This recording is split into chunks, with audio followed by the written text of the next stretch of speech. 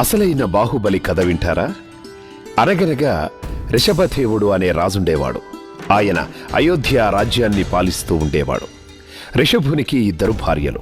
మొదటి భార్య సునందకు 99 మంది కొడుకులు ఉండగా వారిలో భరతుడు పెద్దవాడు. ఇక రెండో భార్యకు ఒక్కడే కొడుకు, పేరు బాహుబలి.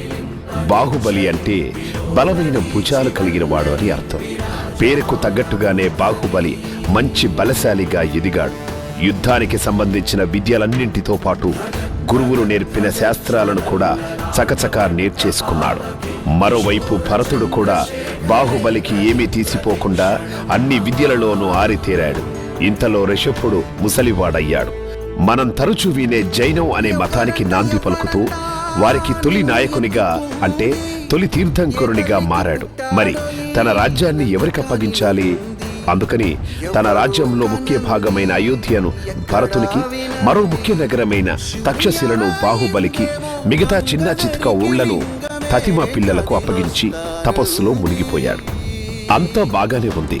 కాని అయోధ్యను పాలిస్తున్న భరతునికి తాను అందరికంటే గొప్ప చక్రవర్తి కావాలని, అన్ని రాజ్యాలు తన ఆధీనంలో ఉండాలనే ఆశ మొదలైంది.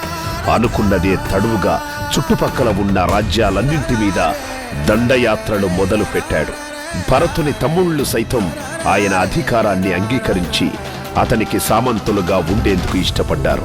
కాని మన కథానాయకుడు బాహుబలి ఊరుకుంటాడా చెప్పండి? తండ్రి తనని నమ్మి ప్రేమగా ఇచ్చిన రాజ్యాన్ని అప్పగించే ప్రశ్నే లేదని కుండబద్దలు కొట్టేశాడు.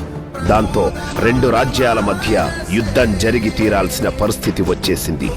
2 రాజ్యాల వారు భారీగా ఆయుధాలను పోగేయడం మొదలుపెట్టారు. అంటే చాలు అవతలి రాజ్యం మీద దండెత్తి అక్కడి ప్రజల్ని చిత్తు చేయాలనే కసితో రగిలిపోతున్నారు. ఇదంతా గమనించిన పెద్దలు భయపడిపోయారు. 2 బలమైన రాజులే ఒకరి మీద ఒకరు కత్తులు దూసుకుంటే ప్రజలకి ఎంత నష్టం? అందుకని పెద్దలంతా చర్చించుకొని ఒక ఉపాయాన్ని ఆలోచించారు.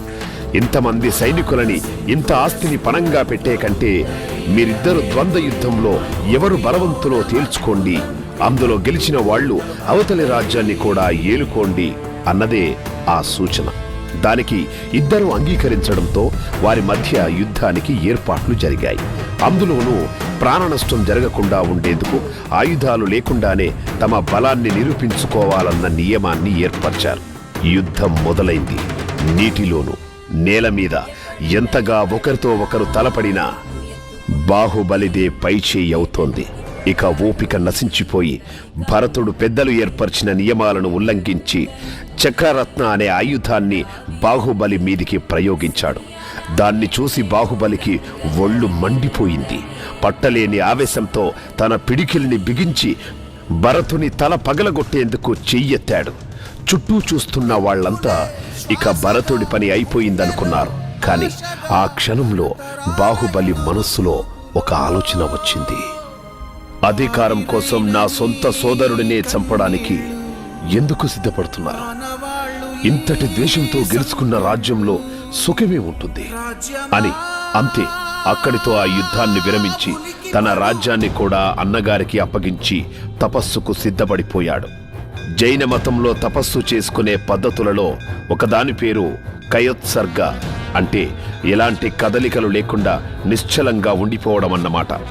బాహుబలి కూడా అలా నిశ్చలంగా ఉండిపోయి నెలల తరబడి ఘోరమైన తపస్సు చేయగలిగాడు. ఆయన కాళ్లకి లతలు పాకిపోయినా, చీమలు పుట్టలు పెట్టినా బాహుబలి కదలనే లేదు. ఇంత పట్టుదలగా తపస్సు చేస్తున్నా కూడా బాహుబలి మనస్సు పూర్తి ప్రశాంతతను పొందలేకపోయింది. అందుకని తపస్సును విరమించలేకపోయాడు. బాహుబలి పరిస్థితి గమనించిన అతని తండ్రి రిషభనాథుడు తన కుమార్తెలకి ఒక సందేశాన్ని చెప్పి దానిని బాహుబలికి అందించమన్నారు. ఏనుగు మీద నుంచి దిగివస్తేనే నువ్వు అసలైన జ్ఞానాన్ని పొందుతావు అన్నది ఆ సందేశం. ఆ మాటలు విని కళ్ళు తెరిచిన బాహుబలి మొదట ఆశ్చర్యపోయాడు. తన చుట్టూ ఎలాంటి ఏనుగు లేదు కదూ అనుకున్నాడు. కాని మరుక్షణంలో అతనికి అర్థమైంది, తను చాలా గొప్పవాడిననే అహంకారం ఇంకా తనలో పోలేదని. ఏనుగుని దిగిరావడమంటే ఆ అహంకారాన్ని వదులుకొమ్మని తనకు సూచిస్తున్నారని తెలిసొచ్చింది. ఆ విషయాన్ని గ్రహించిన వెంటనే బాహుబలికి పరిపూర్ణమైన జ్ఞానం కలిగింది. ఆ తరువాత జైన మతాన్ని ప్రచారం చేస్తూ గొప్ప సన్యాసిగా పేరు తెచ్చుకున్నాడు. బాహుబలి కథ భలే ఉంది కదూ. మన తెలుగులో ఆదికవి నన్నయ్య ఎలాగో కన్నడంలో పంప అనే ఆదికవి కూడా ఉన్నారు. ఆయన ఆదిపురాణం అనే గ్రంథం బాహుబలి గురించి రాశాడు. దానిని చదివి 10వ శతాబ్దానికి చెందిన చాముండరాయ అనే సైన్యాధిపతి కర్ణాటకలోని శ్రావణ బెళగోళ అనే ప్రాంతంలో 57 అడుగుల ఏకశిలా విగ్రహాన్ని చెక్కించాడు. ఇందులో కాళ్లకు లతలు చుట్టుకున్నా కూడా నిశ్చలంగా తపస్సు చేస్తూ నిల్చున్న బాహుబలి కనిపిస్తాడు. ఈ విగ్రహానికి 12 ఏళ్లకోసారి జరిగే మహామస్తాభిషేకాన్ని చూడడానికి లక్షల మంది జనం వస్తారు. చంద్రగిరి అనే కొండ మీద ఉన్న ఈ విగ్రహం ఎన్నో కిలోమీటర్ల దూరం వరకు కూడా కనిపిస్తూ ఉంటుంది. ఇంతకీ బాహుబలి యుద్ధంలో గెలిచినట్లా ఓడినట్లా? సంస్కృతంలో జినా అనే పదం నుంచి జైన అనే మాట వచ్చింది. అంటే కోపం, గర్వం, అత్యాశ లాంటి దుర్గుణాలన్నింటినీ జయించిన వాడు అని అర్థం. ఇప్పుడు చెప్పండి మరి, బాహుబలి యుద్ధంలో గెలిచినట్లా ఓడినట్లా?